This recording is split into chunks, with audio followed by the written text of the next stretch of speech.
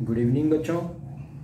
मैं प्रेम शंकर CRCC प्रमालपुर अंग्रेजी की कक्षा में आपका स्वागत करता हूं। आज हम लोग एक बहुत ही खूबसूरत देश और बहुत ही विशेषताओं से भरे देश के बारे में पढ़ेंगे जिसका नाम है Japan.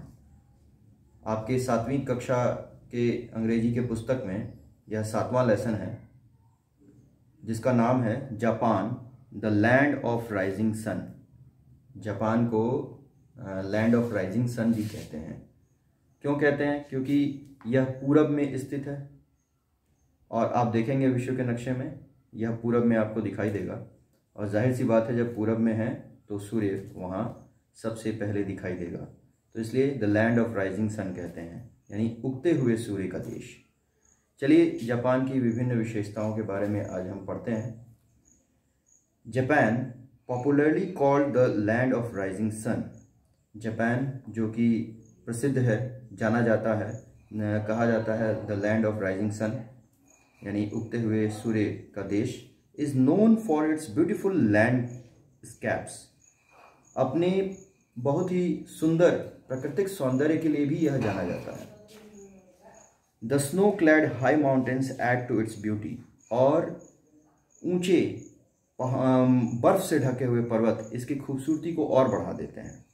So do the beautiful lakhs and streams that shines like bright silver. और इसलिए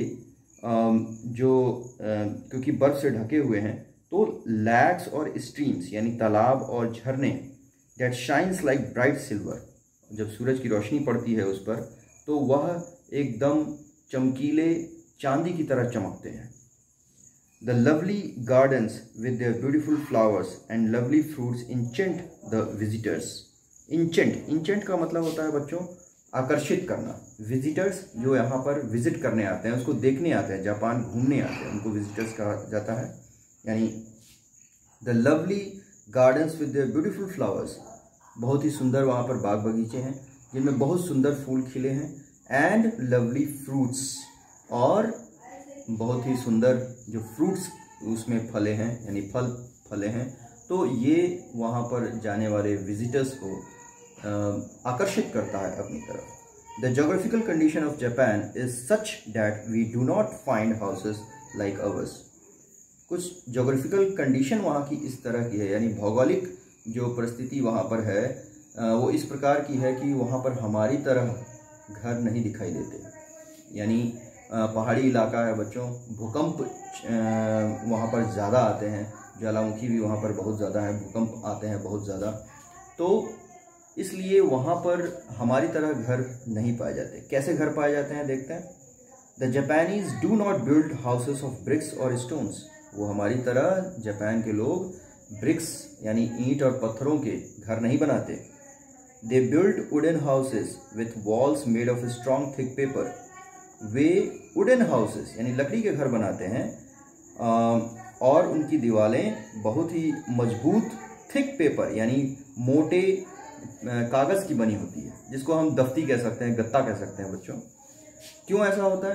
क्योंकि अगर भूकंप आएगा तो अगर ईंट पत्थरों का होगा तो अगर गिरेगा तो उसके नीचे लोग दब के मर जाएंगे, और अगर लकड़ी का बना होगा, हल्के मटेरियल्स का बना होगा, थिक पेपर्स के वॉल्स बने होंगे तो भूकंप आने पर गिरने पे भी बहुत ज़्यादा क्षति नहीं पहुंचेगी। They use 3 or 4 square pieces of glass. वो 3 या 4 स्क्वायर शेप के ग्लास लेके, शीशे लेके, विच सर्व फॉर विंडोज़, वो विंडोज़ के लिए उसका प्रयोग करते हैं, खिड़कियों के लिए प्रयोग करते हैं। हाउ स्ट्रेंज, कितना विचित्र है देखो। With regard to cooking the Japanese do not burn fire in their room. और जहाँ तक बात है कुकिंग की, खाना पकाने की, तो जापानीज अपने घर में कभी आग नहीं जलाते। दे यूज स्टोव्स फॉर कुकिंग। वो स्टोव्स का प्रयोग करते हैं, जैसे हम लोग घरों में गैस का प्रयोग करते हैं बिना धुएं का। So it hard to see smoke in a Japanese house. इसलिए जापान के घरों में बहुत ही मुश्किल है धुआं देखना। तो ये तो आजकल हमारे घरों में भी होने लगा है बच्चों। ज़्यादातर हम लोग गैस, अब सिलेंडर्स मिलने लगे हैं तो गैस पे ही हम खाना बनाते हैं। ये विशेषता तो हमारे देश में भी आ गई है। चलिए, the Japanese are fond of eating rice and fish. Japanese बहुत ही पसंद करते हैं राइस और फिश खाना, यानी चावल और मछली खाना बहुत पसंद करते हैं। They are also very fond of tea, वो चाय के भी बड़े शौकीन हैं। But their tea has neither milk nor sugar in it, लेकिन उनके चाय में न तो शुगर होता है और न मिल्क होता है, वो हमारी तरह नहीं बनाते दूध और चीनी डाल के। The Japanese are very fond of riding in a carriage which is light and small and drawn by a man. Japanese एक ख़ास तरह की गाड़ी में बैठना, सफ़र करना पसंद करते हैं, जिसको कि एक बहुत ही हल्का होता है और छोटा होता है, और वह किसी आदमी के द्वारा खींचा जाता है। जैसे हमारे देश में भी बच्चों कोलकाता में आप देखेंगे हाथ गाड़ी जिसको हम कहते हैं, एक व्यक्ति पीछे रिक्शे की तरह होगा, बैठने के लिए जगह, उस पर बैठ जाएगा एक व्यक्ति, और जो उसमें घोड़े नहीं लगाए जाते, उसमें आदमी ही उसको उठा के और उसको चलता है, ले जाता है। तो ये हमारे देश में भी पहले था, शायद अब बंद हो गया है, लेकिन जापान में ये अक्सर देखा जा सकता है। It is called a rickshaw, rickshaw कहते हैं उसको। Similarly they are very fond of carrying in their hands fan, और इसी तरीके से वे अपने हाथ में हमेशा एक पंखा लिए रहते हैं जो कि स्ट्रॉ का बना होता है, जिसको कहते हैं बच्चों, ये हमारे यहाँ जो गेहूं की डाटियों का पहले हाथ पंखा बनता था, आपको याद होगा, गांव में आप रहने वाले हैं, जिसको हम पंखा कहते हैं, वो गेहूं की डाटियों से बना रहता था, वही स्ट्रॉ है। तो वो लोग भी उसका इस्तेमाल करते हैं, वो हमेशा फैंस का इस्तेमाल करते हैं, अपने जेब में रखे रहते हैं, फोल्डिंग फैंस बनाते हैं, अपने जेब में ही, अपने पॉकेट में रखे रहते हैं, अपने थैले में रखे रहते हैं और उसका इस्तेमाल करते हैं। तो ये विशेषता वहाँ पर पाई जाती है। The Japanese are very particular about cleaningness, साफ सफाई के बहुत ही शौकीन होते हैं। No one goes into a house with a shoes on, कोई भी जूते पहने हुए घर के अंदर नहीं जाता। ये कितनी अच्छी बात है बच्चों, इसको हमें भी पालन करना चाहिए और हम करते भी हैं, लेकिन अगर आप नहीं करते हैं तो ज़रूर करिए, क्योंकि अगर जूते और चप्पल पहन के घर के अंदर जाते हैं तो बाहर का जो डस्ट है वो घर के अंदर जाता है और कई तरह की बीमारियां फैलाता है। This way they prevent dust on the street from getting into the house, और इस प्रकार से वह गली के धूल धक्कड़ को वह घर में प्रवेश करने से बचाते हैं। आप भी जरूर करिए ऐसा। There are two important festivals, वहाँ दो मुख्य फेस्टिवल्स यानी त्यौहार होते हैं, one for the girls and another for the boys. पहला बॉयज़ के लिए, गर्ल्स के लिए, लड़कियों के लिए, और दूसरा लड़कों के लिए। क्या होता है लड़कियों के लिए? द फीस्ट ऑफ डॉल्स, यानी गुड़ियों का त्यौहार। क्या होता है इस त्यौहार में? Which is celebrated on the 3rd March is a holiday of girls. 3rd मार्च को, 3 मार्च को मनाया जाता है और उस दिन लड़कियों की छुट्टी होती है। On this day even the poorest girl has some doll to play with, और इस दिन क्या किया जाता है, जो गरीब से गरीब बच्ची भी होती है उसको भी एक डॉल जरूर उसके माता पिता ला के देते हैं खेलने के लिए। कितनी अच्छी बात है बच्चों। बच्चों को पढ़ाई के साथ साथ खेलना भी बहुत ज़रूरी है। खेल से उनका मानसिक और शारीरिक विकास दोनों होता है, और इसके महत्व को देखते हुए जापान में प्रत्येक लड़की के लिए एक दिन चुना गया है 3 मार्च का, जिस दिन उनको छुट्टी होती है और प्रत्येक माता पिता उसको खेलने के लिए गुड़िया ला के देते हैं, इसलिए इसको गुड़ियों का त्यौहार कहते हैं। They rejoice a lot on this occasion, और यह वे इस त्यौहार को बहुत ही प्रसन्नतापूर्वक मनाते हैं। Similarly the feast of carp, carp एक केकड़ा होता है जिसको विच फॉल्स इन मई के महीने में इसको मनाया जाता है।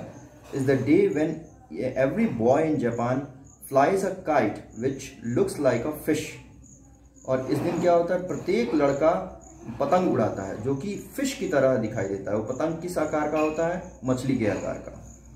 The carp is a very strong and brave fish. Carp वहाँ का एक मछली है, एक प्रकार की मछली है जो कि बहुत ही ब्रेव और स्ट्रॉन्ग होती है। Every boy in Japan hopes the grow up as brave and strong as the carp, और वहाँ पर यह शिक्षा दी जाती है प्रत्येक बच्चे को कि वह बड़ा होके कार्प फिश की तरह ही बहुत ही ब्रेव और स्ट्रांग बने। देखिए जापानीज जो है एक फिश से सीख रहे हैं, बहुत अच्छी बात है। New year day is also greatly celebrated in Japan. जो न्यू ईयर 1 जनवरी, ये भी बहुत ही मनाया जाता है, जापान में बहुत अच्छी तरह से मनाया जाता है। On this day they visit their friends and take present with them. इस दिन क्या करते हैं, वे अपने फ्रेंड्स से, अपने दोस्तों से मिलने जाते हैं और उनके लिए गिफ्ट्स ले जाते हैं। At night they light their houses and streets with paper lanterns of different colours and rejoice greatly. और रात को वे अपने घरों को सजाते हैं, लाइट से सजाते हैं। जैसे हम दिवाली में सजाते हैं बच्चों, वैसे वो न्यू ईयर में सजाते हैं। इस एंड पेपर लैंटर्न्स, और पेपर लैंटर्न्स छोड़ते हैं और पेपर लैंटर्न्स से सजाते हैं। यानी लैंटर्न्स का, जिसको हम गांव में लालटेन कहते हैं, वास्तव में यह शब्द लैंटर्न है, जो कि कहते कहते वो लालटेन हो गया है। तो यही लैंटर्न और कुछ नहीं बच्चों, हमारा लालटेन ही है, पेपर का बना हुआ लालटेन, जिसमें आग लगाकर आपने देखा होगा दिवाली में छोड़ा जाता है, तो that is also a paper lantern. वो भी ये रात में करते हैं और बहुत ही खुशियाँ मनाते हैं। Children in Japan are very clean and neatly dressed. Japan के जो बच्चे हैं बहुत ही साफ़ सुथरा और अच्छा कपड़ा पहनते हैं। They never spite in the room. वो कभी भी रूम के अंदर, कमरे के अंदर नहीं थूकते, घर के अंदर नहीं थूकते। आप भी मत थूकिए बच्चों, और वैसे भी हम नहीं थूकते हैं। हम इतना तो हमारी संस्कृति में भी है ये कि घर के अंदर साफ़ सफाई रखना है, थूकना नहीं है। They always knock before they enter. वे हमेशा नॉक करते हैं, नॉक यानी खटखटाना, प्रवेश करने से पहले वो हमेशा नॉक करते हैं। They always welcome guests and are always polite to them. वे हमेशा अपने अतिथि का स्वागत करते हैं और उनके संग बड़े ही विनम्रता से पेश आते हैं। ये तो हमारी संस्कृति में भी है बच्चों। अतिथि देवो भव कहते हैं, यानी अतिथि देवता के समान है। तो ये यहाँ पर हमारे देश में भी अतिथि को एक देवता के बराबर समझा गया है। हम भी उनका बहुत ही आदर से स्वागत करते हैं और उनके प्रति बड़ी विनम्र रहते हैं। ये विशेषता हमारे देश में भी है। They are very soft spoken. वो बहुत ही सॉफ्ट स्पोकन यानी मृदुभाषी होते हैं, बहुत ही अच्छे से बोलते हैं सभी से, किसी से गुस्सा होकर नहीं बोलते। As they never shout or speak aloud. कभी भी जोर से या चिल्लाते नहीं हैं। It is very rare to find a Japanese rudely at anyone. बहुत ही मुश्किल होता है यह देखना कि कोई जापानीज किसी दूसरे से बड़ी क्रूरता से पेश आए।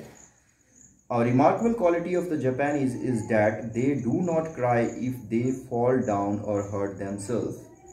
एक सबसे विशिष्ट बात यह है कि जब जापानीज गिर जाते हैं या उनको चोट लग जाती है तो कभी वो रोते नहीं हैं, ब्रेव होते हैं। This is because of their cultural training. उनके कल्चर में, उनकी संस्कृति में ही यह उनको ट्रेनिंग दी जाती है इस तरह से, इसलिए वो कभी रोते नहीं। टू बियर पेन, क्या पेन को, दर्द को सहन करने की ट्रेनिंग दी जाती है। विद अ स्माइलिंग फेस, हंसते हुए चेहरे के साथ उनको सिखाया जाता है कि हमेशा जब भी दुख हो, तुम्हें चोट लग जाए तो हंसते हुए चेहरे के साथ उस दर्द को सहो, तो जिसके कारण वो जब भी गिरते हैं तो रोते कभी नहीं हैं। This helps them grow up into polite and brave man and women. और ये उनको मदद करता है बहुत ही पोलाइट और ब्रेव यानी विनम्र और बहादुर बनने के लिए। तो वहाँ के प्रत्येक स्त्री और पुरुष पोलाइट होते हैं और ब्रेव होते हैं। शिंटोइज्म वहाँ का एक धर्म है जिसमें प्रकृति की पूजा की जाती है और उनके पूर्वजों की पूजा की जाती है। तो वहाँ पर शिंटोइज्म एक धर्म चलता है। Is the chief religion of the Japanese. यह सबसे प्रधान धर्म है उनका। It teaches the people of Japan to love beautiful things and to honor the dead. और इसमें क्या सिखाया जाता है? To love beautiful things यानी जो सुंदर चीज़ें हैं, यानी प्राकृतिक जो चीज़ें हैं, प्राकृतिक सौंदर्य है, उनकी पूजा करने के लिए सिखाया जाता है। And to honor the dead, और जो डेड कर गए, कौन डेड करते हैं बच्चों? हमारे पूर्वज। डेड का मतलब है यहाँ पर हमारे पूर्वज, और हमारे अपने पूर्वजों का आदर करना सिखाया जाता है इस धर्म में। This is the reason they make beautiful things of would, paper, leather, cotton and silk.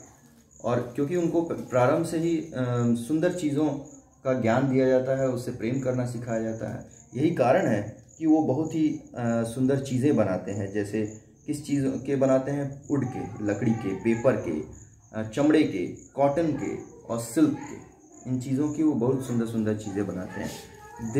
There lovely goods are exported to other countries. Export यानी भेजना, निर्यात करना, इम्पोर्ट यानी आयात करना, उसका उल्टा है। तो इन चीज़ों को दूसरे देशों में वो निर्यात भी करते हैं। The Japanese have always been regard as clever and hard working people. Japanese जो होते हैं उनको हमेशा ही रिगार्ड दिया, इज्जत की जाती है, बड़े ही चतुर होते हैं वो और बहुत ही हार्ड वर्किंग पीपल होते हैं, यानी बहुत ही मेहनती होते हैं। इस वजह से उनकी हमेशा आदर किया जाता है। They never sit idle. वो कभी भी आलस से नहीं बैठे रहते, कभी भी आलसी नहीं होते वो। The most remarkable thing about them is their patriotism. Patriotism का मतलब होता है देशभक्ति। जो सबसे विशिष्ट बात होती है उनमें, वो बहुत बड़े देशभक्त होते हैं। अपने देश के प्रति उनको प्रेम होता है, वो देशभक्त होते हैं। They love their country and are never ready and ever ready to die for her. वो अपने देश को प्रेम करते हैं और कभी भी उसके लिए जान निछावर करने के लिए भी तैयार रहते हैं। तो बच्चों, जापानीज़ से हमें बहुत कुछ सीखना चाहिए। उनकी क्वालिटीज़ को, हमें अच्छी चीज़ों को अपनाना चाहिए। बहुत सारे उनके कल्चर में भी अच्छी चीज़ें हैं जो हमारे कल्चर में भी हैं, लेकिन जो हमारे कल्चर में नहीं हैं, उनके कल्चर में हैं, हम उनको अपनाएं। तो आशा करते हैं कि हमें जापान और जापानीज़ के बारे में, वहाँ के लोगों के बारे में, वहाँ के कल्चर के बारे में बहुत कुछ जानकारी मिली होगी। नेक्स्ट वीडियो में हम इसके एक्सरसाइजेस पे आएंगे। टिल देन, गुड बाय बच्चों।